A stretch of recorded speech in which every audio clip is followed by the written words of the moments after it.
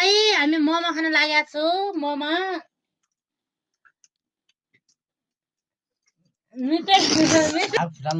हेर न हामीले बहिनी आएछन् बहिनीलाई हालिदिएको हो यो लौ समाता हाम्रो मामुलाई हेर न मामु देखाउनु त तपाईँको मोमो तपाईँको मोमो कहाँ छन् देखाइदिनु हो तपाईँ मोमोतिर अनि सुम्फा मामा त हो त अचार पनि देखाउ न आहा कस्तो मिठो खाइछ ल खाइदेऊ न एउटा खाइदेऊ यो हेर न हामी अन्ट्यौ न जुम्ला हो आन्टीको घर कान्छी आन्टी न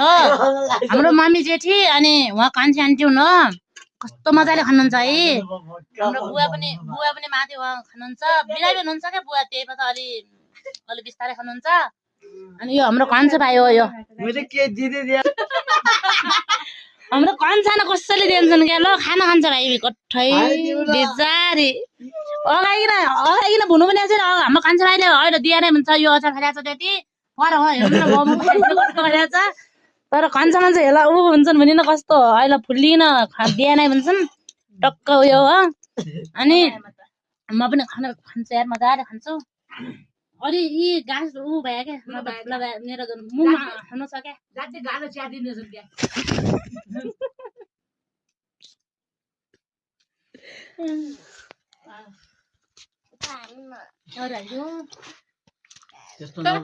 जाति गाला च्यादिनु खा कालु खा बिरामी छ ना